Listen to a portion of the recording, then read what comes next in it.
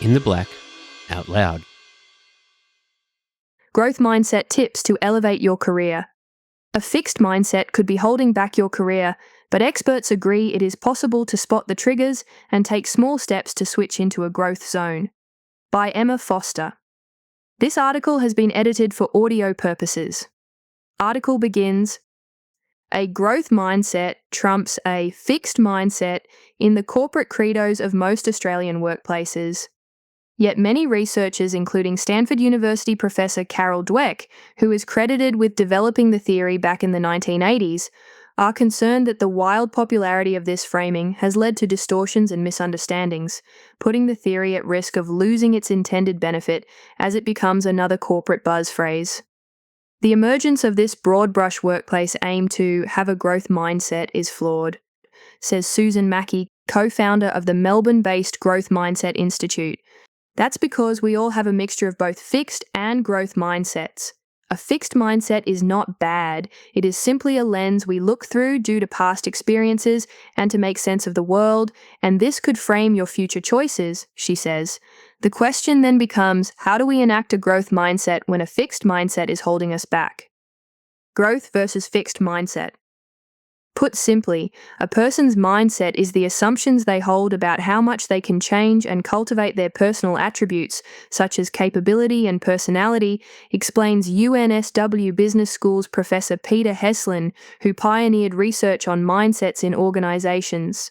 The hallmarks of a growth mindset are basically setting goals and persistently trying to achieve them, says Heslin, who has co-authored numerous mindsets-related research papers and hosts regular one-day growth mindset workshops. Statements such as, in negotiations, experience is a great teacher, and people can always turn over a new leaf reflect a growth mindset, he says.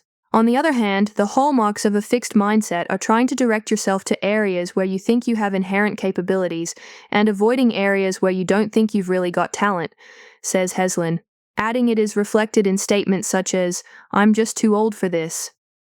For example, some people might say, look, I'm not cut out for socializing, as opposed to, well, networking is important for my future career prospects, so I might try going to one networking event each month. A fixed mindset focuses on the kind of person you are, whereas a growth mindset focuses on the strategies or actions you could take. Making the switch. Heslin flags the career-limiting nature of having a fixed mindset to some areas at work, such as building social capital and goal setting, but he emphasizes that it is not feasible to be growth-minded about everything. Enacting a growth mindset can take a lot of work when applied to deliberately developing a skill or asking lots of questions about your assumptions, he says. The trick is to work out where a fixed mindset is holding you back, one or two areas that would really enrich your life and your career, and try to be more growth-minded in those. Mackey believes that while it is not always easy to spot when a fixed mindset kicks in, once you notice that your comfort zone is causing you to miss out on new opportunities or experiences, it is possible to change the narrative.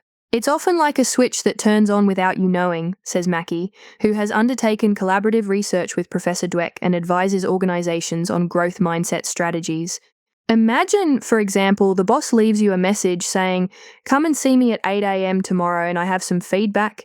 She says, if you immediately start negative rumination, become defensive and insecure, it's a signal of a fixed mindset. Have I done something wrong? What have I forgotten?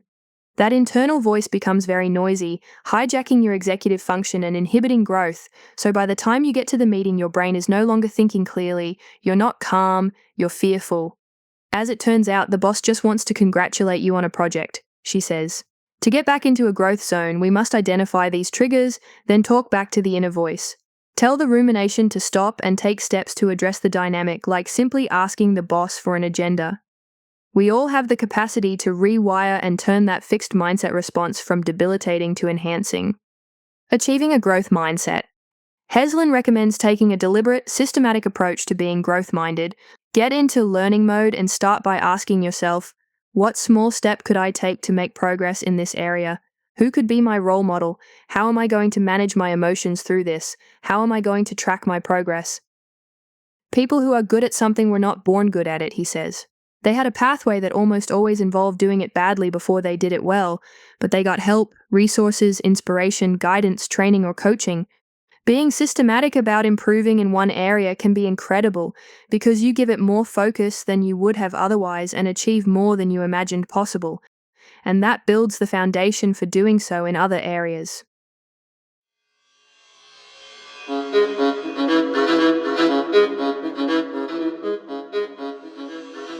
In the Black, Out Loud.